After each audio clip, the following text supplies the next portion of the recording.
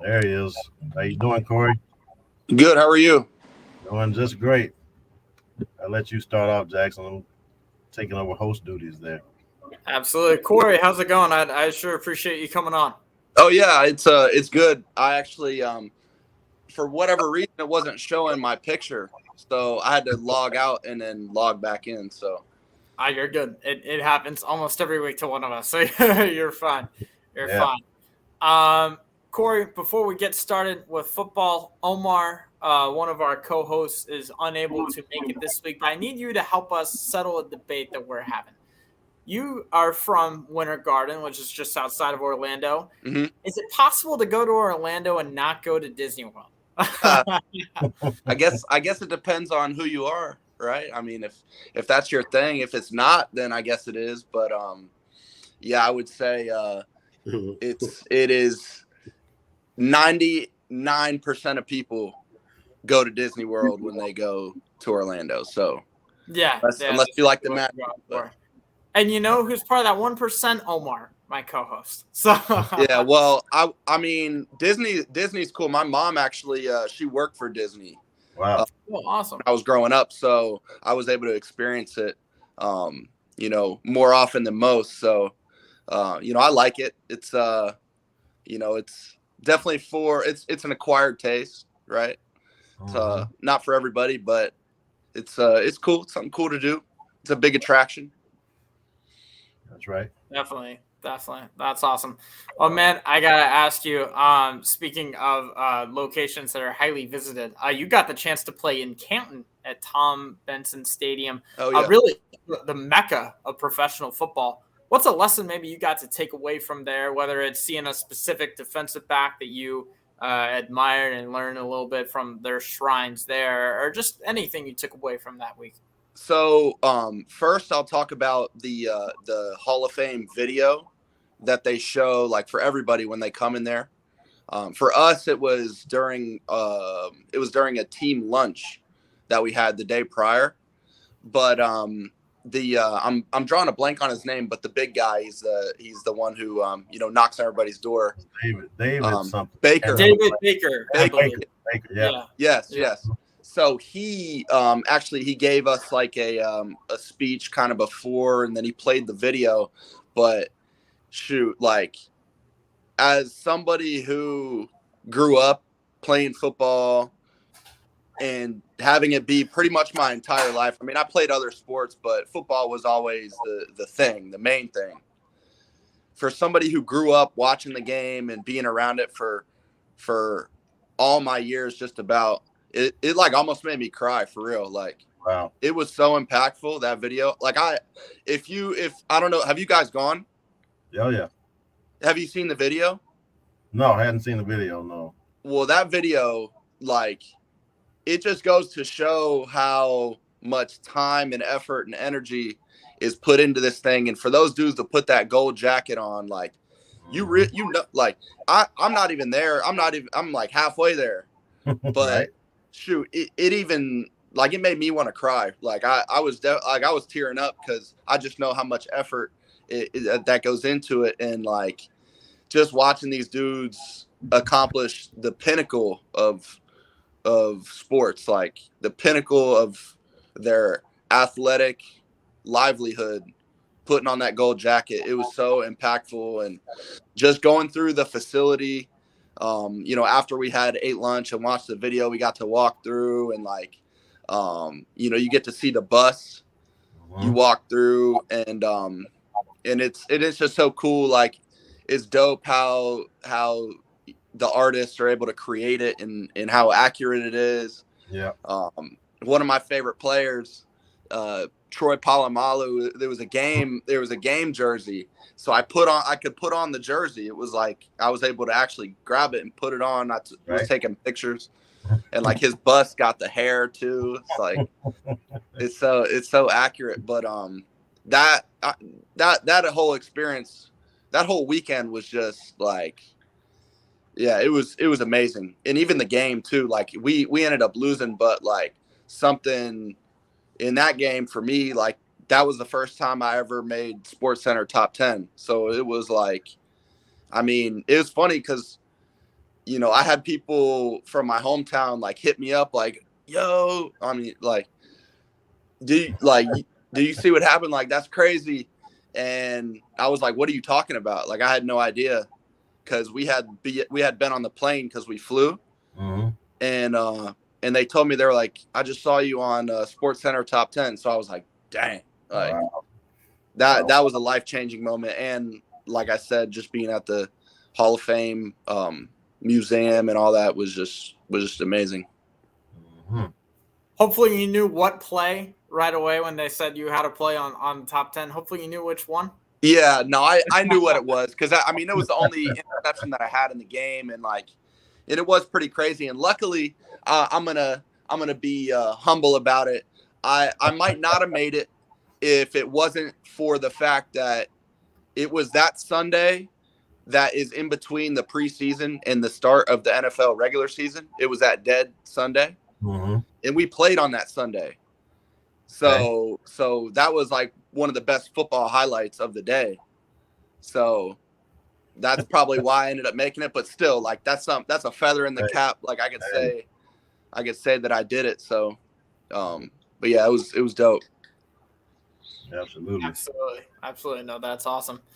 Man, you've got maybe my favorite stat line for a defensive back: 65 tackles. Which, I mean, you are extremely productive, just a tackling machine.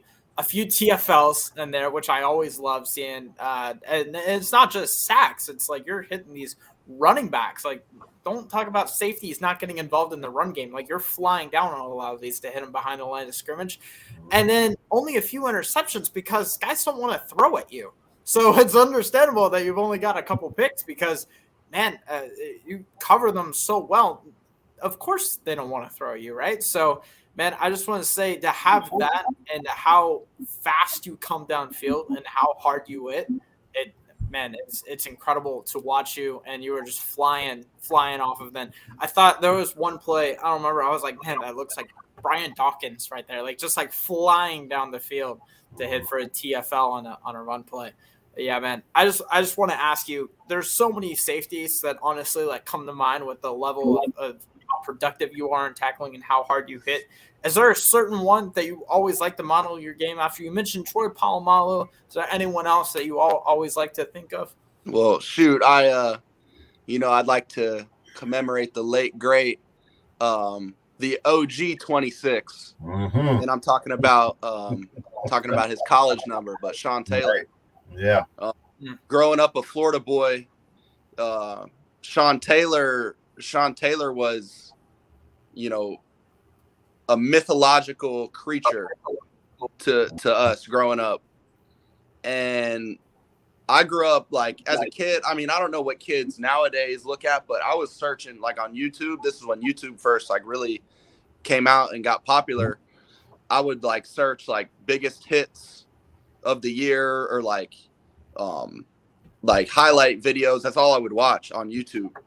And that's how I'd fill my time. And a lot of that was Sean Taylor highlights back when he was in college. And then, when he ended up going to the pros, and then, the tragedy when he ended up passing away. But, him kind of, coming into my life, not physically, but just like through the YouTube videos and his highlights, it was just like, that's what set the tone for me. So, and my dad always used to tell me, when I was growing up playing football as a young kid, he would tell me that if you don't hit somebody as hard as you can, you're going to get hurt. Mm-hmm. So that's kind of the philosophy that I always had. Like, and, it doesn't matter. Like, I missed a few tackles. Like, I'm not going to sit here and say I'm perfect, but I'm going to shoot my gun. Like, no question about it. And if I connect, it's not going to feel good. So, I mean, that's just kind of the mentality that I have as far as the tackling goes, and who I model myself after. It's just like Sean Taylor, like when he would hit people, like, he would just kill people. Like, he was one of the hardest hitting safeties probably ever. So if not the. So yeah, Right. that's kind of who I look at. And I think maybe Sean Taylor, we all know the Pro Bowl play where he comes down and hits. I think it's on a fake punt, especially compared to the Pro Bowl now. It really stands out. And I think maybe his college days at Miami get overshadowed because of Ed Reed and just how much of a hard hitter he was as well. But people forget. I love that you brought that up. Being a Florida boy, about Sean Taylor and his man, it was his whole time at the with Washington, the Commanders. So yeah, no, absolutely. Cory, I'm gonna go ahead and pass you along too. I don't know which way we're going. I'll go to you. I'll get mine out of the way first. And first of all, I just want to say, man, how much we appreciate you coming on. I mean, it's an honor to sit with you, and just really, really, excited that you're willing to come on and talk to us, man. I'm excited to meet you, and from watching the film, man, and you fly around, man, you are all over the place on the film. I compare you to Tyrann Mathieu, man. I don't know if that's a comparison that you like or not, but I see you all around the ball all the time. Just when people say ball hawk, I mean, people just throw that term out there. You know what I mean? People say hard hitting ball hawk, and they just throw it out there. But you truly live up to what those words mean, man. And when you talk about popping off the film, I mean, it's an amazing thing to watch. I mean, you are clearly one of the most dominant guys in all of HBCU football. There's no doubt about that. And I think my question to you, coming out, I've done a whole lot of homework on you, watched you do some interviews before. I know before you transferred, you were thinking that, hey, CFL might be my window, right? Mm-hmm. How much has that changed based on all this stuff that's happening for you now? Where's your mind at now when it comes to compared to where it was then? Oh, it's changed completely. Like Mm-hmm. it's just amazing. Like just going back, I played 4 years at Southeastern University in Lakeland. It's an NAIA school. For those that don't know, but just like the expectation. It's almost like the NFL. It's not even a possibility. And it's like, yeah, some dudes end up making it, but I mean, it's so few. It's not even in the realm of possibility. But transferring to Tennessee State for my COVID year, the fifth year because of the shortened season in 2020, yeah, the 2020 season that was shortened. Coming to Tennessee State and like experiencing real professional football because I've said this before on a couple other interviews, but Tennessee State really is like NFL prep school because every coach on the staff has NFL ties. If not a player, they coached, and most of them did both. Yeah. And it's like they really run the program like a professional program, and I got all the insight that I needed, to prepare me for this moment. And all I had to do was just put it together on tape. And, luckily I was able to be healthy during the year and I was able to do that. But,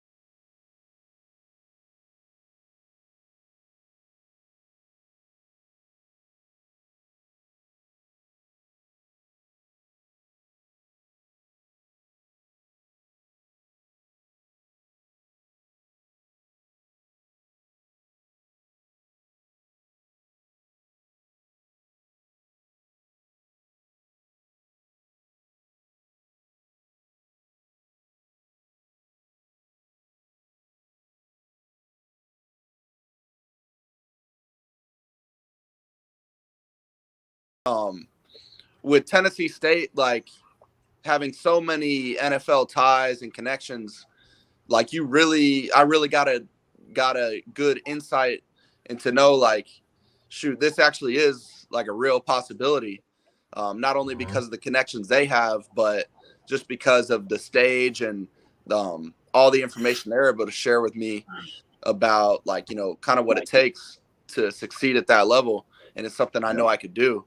So yeah, the way that the mindset changed was before when I was at Southeastern, I didn't even think it was possible to go to the NFL. I just thought like, yeah, CFL, like that's probably the best I could do out of an NAIA school. But now the CFL, like at this point, isn't even a question. Like that's not even something that's thought about. Like this, right. Like, I'm like the draft is coming up, regardless of what happens, like I'm going to be in somebody's camp in the fall. Like it's not even up for debate. Absolutely. That right there is just such a blessing. And it's like, I can't believe that I'm even saying that. If I told myself, if I said that a year ago, if I said that, oh yeah, I was talking to myself. I said, oh, you'd be in an NFL training camp a year from now. Yep. I would have said you're crazy. That's right. No, I get it, man. I mean, you actually, that was my next question, man. It's like, when people they talk about the kid out of FAMU, they talk about the kid out of Fayetteville State. I mean, if you're a real HBCU football guy or a football person that's really evaluating this stuff, that you right there with those guys, you're one of those guys that basically can go to sleep at night and wake up in the morning knowing that you're going to get this opportunity. You're just trying to figure out, hey, is it going to be a draft pick? Is it going to be, that you're going into an NFL opportunity?